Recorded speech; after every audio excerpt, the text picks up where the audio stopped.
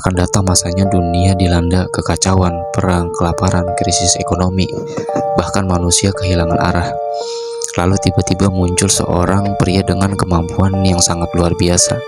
Ia bisa menurunkan hujan, ia bisa menghidupkan orang mati, bahkan ia juga menjanjikan kekayaan, dan ia juga menjanjikan surga dan mengancam neraka. Dan ia berkata, "Aku adalah Tuhan kalian." Dialah yang disebut Dajjal, fitnah terbesar sejak Nabi Adam diciptakan. Dalam hadis-hadis sahih, terutama riwayat dari Nabi Muhammad SAW, disebutkan bahwa tidak ada fitnah yang lebih besar dari fitnah Dajjal. Nah, sebelum Dajjal ini muncul, dunia akan mengalami masa sulit.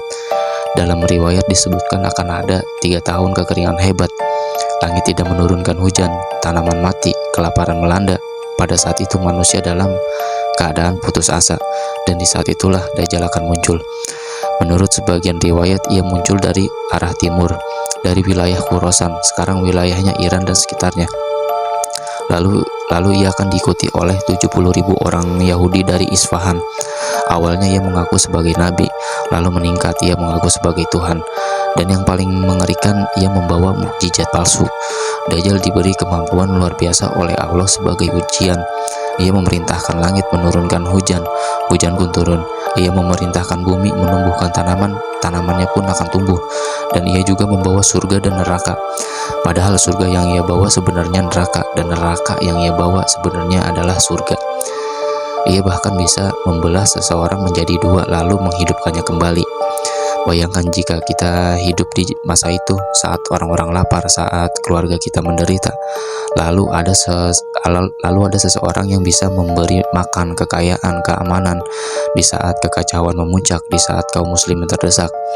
Di saat Dajjal merasa tak terkalahkan, turunlah Nabi Isa alaihissalam.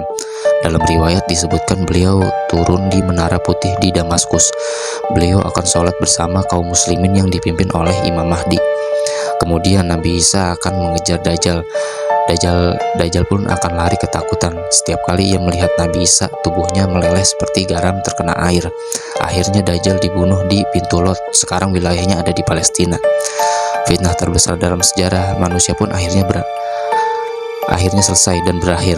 Setelah Dajjal dibunuh, dunia memasuki masa kedamaian, keadilan ditegakkan, kekayaan melimpah, tidak ada lagi kebencian. Namun itu belum berakhir, karena setelah itu masih ada Ya'juj dan Ma'juj. Sebelumnya gue udah ngebahas tentang Ya'juj dan Ma'juj, lu boleh lihat video gue yang ini.